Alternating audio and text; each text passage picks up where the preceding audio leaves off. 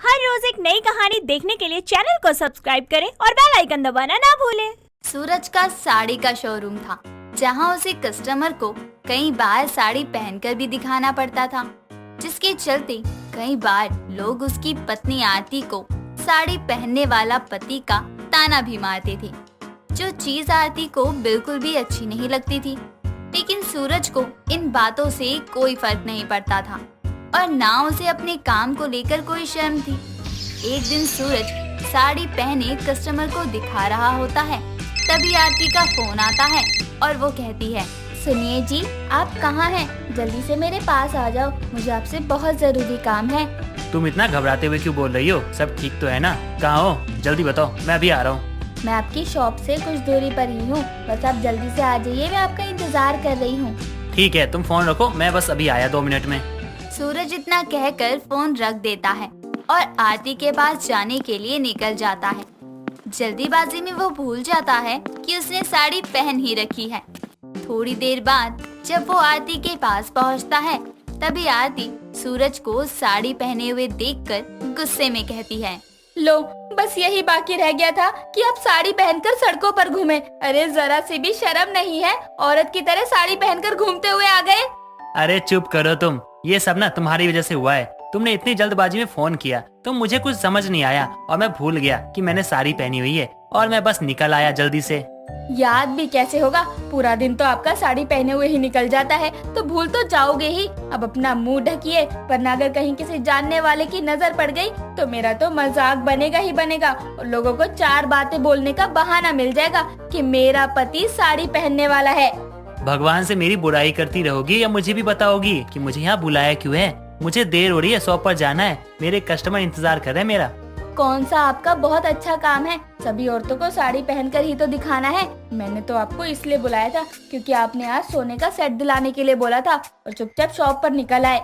हद है यार, तुमने इस बेवजह के काम के लिए मुझे शॉप से बुलाया है। सच में तुम्हारा ना कुछ भी नहीं हो सकता यार।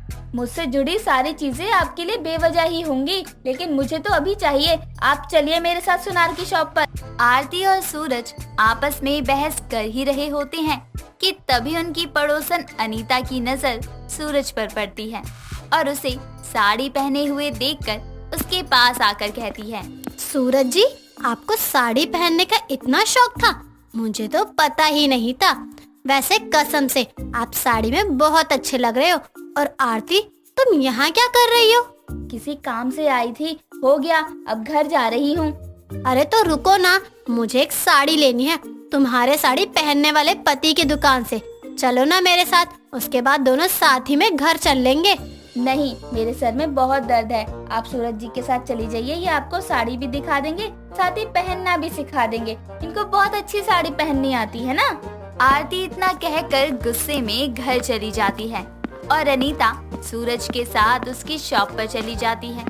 शाम को सूरज शॉप से घर आता है, तभी आरती उसके पास आती है और कहती है, देखिए, जो मजाक आज अनीता के सामने हमारा बना है, मैं नहीं चाहती कि वो दोबारा बने। इसलिए अब आप अपनी शॉप पर कुछ लड़के रख लीजिए जो साड़ी बेचेंगे और जरूरत पड़ी तो वही कस्टमर को साड़ी पहन कर दिखाएंगे। लेकिन आप आज के बाद साड़ी नहीं पहनेंगे, वरना मुझसे बुरा कोई नहीं होगा। अच्छा बाबा, ठीक है, तुम जैसा कहोगी मैं वैसा ही करूँगा। अब खाना मिलेगा, पेट में चूहे कूद रहे भूख के मारे, जान निकल जाएगी मेरी। ये हुई ना बात। ठीक है, आप जाइए, फ्रेश हो जाइए, मैं आपके लिए खाना लगाती हूँ। ओके, मैं बस यूँ गया और यूँ आया। सूरज इतना कहकर अपने कमरे में चला जाता है। थोड़ी देर बाद फ्रेश होकर वो नीचे आता है, जिसके बाद दोनों खाना खाकर सोने के लिए चले जाते हैं। समय बीतता है, तभी एक दिन आरती की फ्रेंड राधिका उसके घर आती है और कहती है, यार मुझे अर्जेंट साड़ियाँ चाहिए और जैसे मुझे साड़ी चाहिए वो कहीं नहीं मिल रही। बहुत सारी दुकानें देख ली, लेकिन मुझे साड़ियाँ पसंद ही नहीं आ रही। तेरी पसंद कॉलेज टाइम से ही ऐसी है जो जल्दी कहीं नहीं मिलती और आखिर में तुझे पुरानी चीजों का ही इस्तेमाल करना पड़ता था। अब ऐसा नहीं होता है, मैंने अपनी पहले वाली आदतें सुधार ली है। अब मैं पहले की तरह जिद्दी नहीं हूँ, बल्कि सारे काम सोच समझ कर करती हूँ। और मुझे पता है मेरी ये परेशानी तू ही दूर कर सकती है, क्योंकि मुझे पता चल चुका है कि तेरे पति का साड़ियों का बहुत बड़ा शोरूम है। अब तो तू ही मुझे वहाँ साड़ियाँ दिलवाएगी। नहीं, मैं कहीं नहीं जाऊंगी। मेरे सर में बहुत दर्द है और शहर में साड़ियों की शोरूम की कमी पड़ गई थी क्या, जो तुझे अपने पति के साड़ी के शोरूम में लेकर जाऊं मैं? तू कैसी वाइफ है यार। लोग अपने पति के काम को आगे बढ़ाने की सोचती है और एक तू है कि घर में आए कस्टमर को भगा रही है, उसकी रोजी रोटी पर लात मार रही है। मुझे बस इतना पता है कि तू मेरे साथ जा रही है, बस। राधिका के बार बार कहने पर आरती उसे लेकर सूरज की साड़ियों के शोरूम पर चली जाती है, जहां पहुंचकर वो देखती है कि उसके मना करने के बाद भी सूरज सभी औरतों को साड़ी पहनकर दिखा रहा होता है और सभी औरतें उस पर हंस रही थी, जिस पर आरती को बहुत ही गुस्सा आता है। तभी सूरज की नजर आरती पर जाती है और वो तुरंत साड़ी खोलकर साइड में रख देता है। तभी राधिका हंसते हुए कहती है, सूरज जी, आप तो साड़ियों में बहुत अच्छे लगते हैं। एक बार दोबारा पहनकर मुझे भी दिखाइए ना। आरती, मुझे तो पता ही नहीं था कि तुझे साड़ी पहनने वाला पति मिला है। जिस तरह से इनका काम है उस हिसाब से तो इन्हें पूरा दिन साड़ी पहनकर रहना होता होगा ना। तो यहाँ साड़ियाँ लेने आई है ना, तो चुपचाप साड़ी ले, हम चले यहाँ से, क्योंकि मुझे घर में बहुत काम है। तेरा तो हमेशा ही मुंह बना रहता है। सूरज जी, आप इसे कैसे झेलते हो, कैसे बर्दाश्त करते हो आप इसे? क्या करे, मुझे तो अब आदत हो गई है और शादी की है, कोई मजाक नहीं। आप ये सब छोड़िए और साड़ी देखिए। इतना कहकर राधिका को एक से बढ़कर के एक साड़ियाँ दिखाता है। थोड़ी देर बाद आरती और राधिका साड़ियाँ लेकर वहाँ से चली जाती है। ऐसे ही समय बीतता है।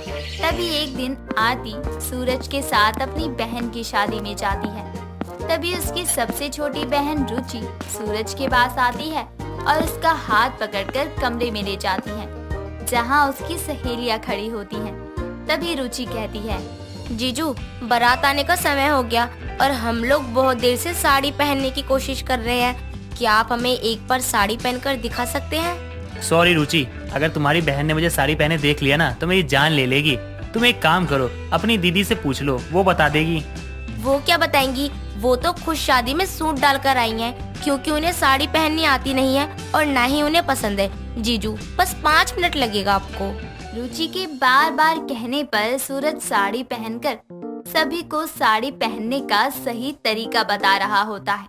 तभी आरती वहाँ आ जाती है और सूरज को साड़ी पहने हुए देखकर कहती है, आप नहीं सुधर सकते हैं। जहाँ देखो बस औरतों की तरह साड़ी पहनकर खड़े हो जाते हैं। अगर आपको साड़ी पहनने का इतना शौक लग रहा था तो घर से ही साड़ी पहनकर आ जाते। ये कोट पैंट पहनकर आने की क्या जरूरत थी? पता नहीं कहाँ से ये साड़ी पहनने वाला पति मेरे पल्ले बन गया।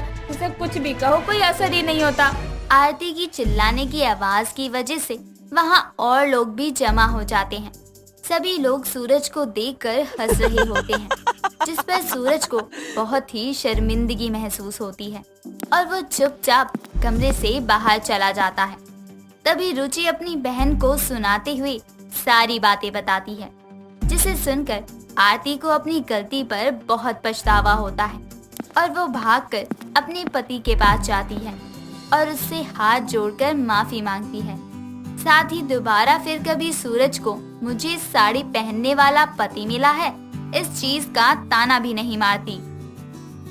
दोस्तों, अगर आपको ये कहानी पसंद आई तो इसे लाइक करें, शेयर करें और कमेंट करके बताएं कि कहानी में आपको सबसे अच्छा क्या लगा।